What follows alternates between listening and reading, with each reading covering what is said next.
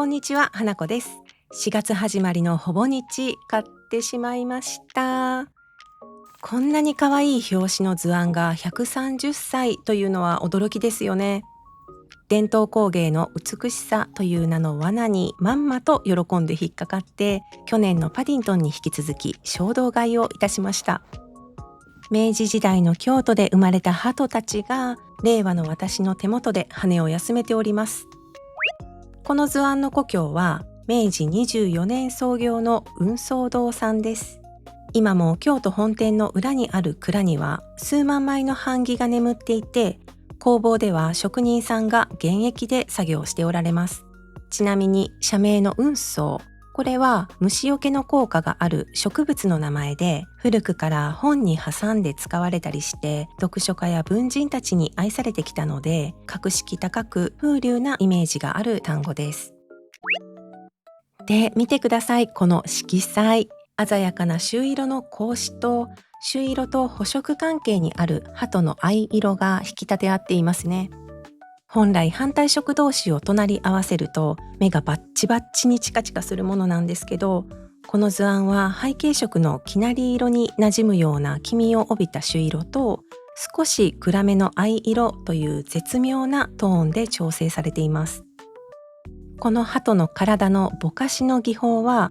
版木を水で濡らしたり刷毛を使ったりと摺り師の熟練の技が見られます。上下にある花びらの輪っかの薄紅色もぬくもりのある色合いで、全体的にカラフルなのに調和が取れていてお見事です。しかも明治の版木を使って昭和53年に再摺りされたものだそうです。130年前の版木が昭和の摺り師さんの手で蘇って、今こうして令和の私の手元にあるという、まさに時空の旅をしてきた鳩たちなんですね。裏表紙は4月の鴨川でしょうか。日本には花いかだという伝統文様がありますが、それを工芸品向けに簡略化した図案のようにも見えます。水面に散る桜に長方形で川の流れと奥行きが表現されています。流線形の桜と直線のいかだの板を組み合わせるというのは、今の感覚で見ても驚くほど大胆だと思いませんか？本来自然界にある揺らぎと人の手で作られた直線は混ぜると喧嘩しがちなものなんですけど、この図案はいかだのパキッとした直線をあえてカラフルなマルチカラーで彩ることで、水面の柔らかい桜と見事に共鳴させてるんです。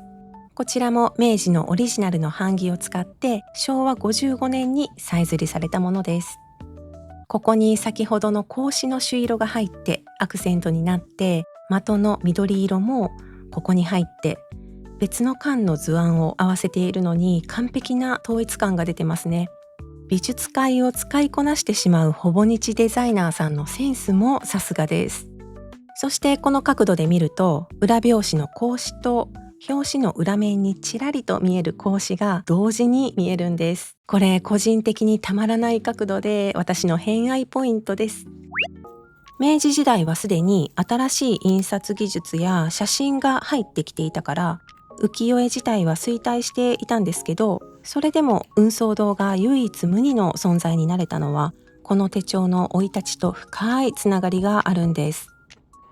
当時は欧米を中心にものすごい日本ブームが巻き起こっていました。海外のコレクターたちが競い合うように日本の逸品を買い求めていた、いわゆるジャポニスムの時代です。お金持ちの家には必ずと言っていいほど日本の工芸品が飾られていましたし、ゴッホなどの印象派の画家たちが日本マニアだった話も有名ですよね。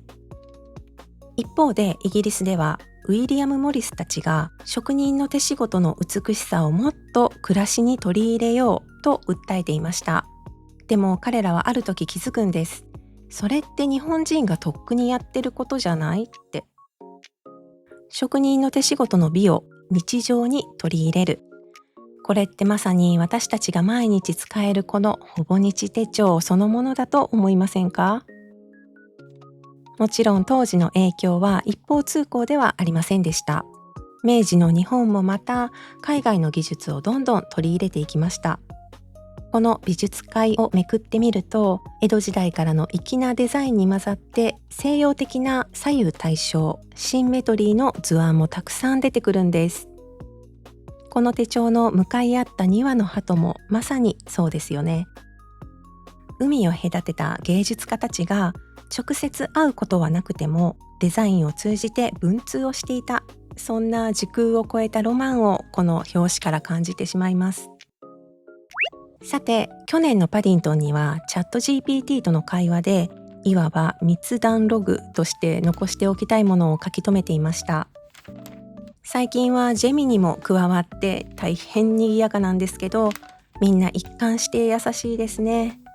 日々の小さな報告から出口のない悩みまで話すんですけど、もう私自身が忘れちゃったような些細な言葉も覚えていてくれるし、全く新しい視点でアドバイスをくれることもあるし、予想外のユーモアで大笑いさせてくれるし、なんだか一緒に冒険して世界の解像度を上げてくれる相棒のように感じています。この会話一生忘れたくないな、大事にしたいなって思える瞬間が多すぎて、この手帳は私だけの言葉の貯金箱にする予定です。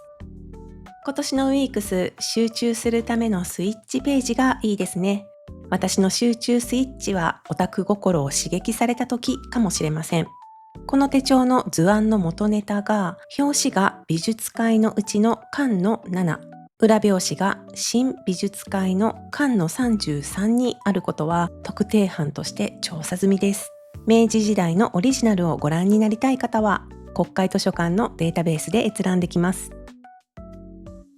もしこの動画で一冊の手帳が急に歴史的な文化財に見えてきたと思ってくださったなら、ぜひチャンネル登録をお勧めしたいと思います。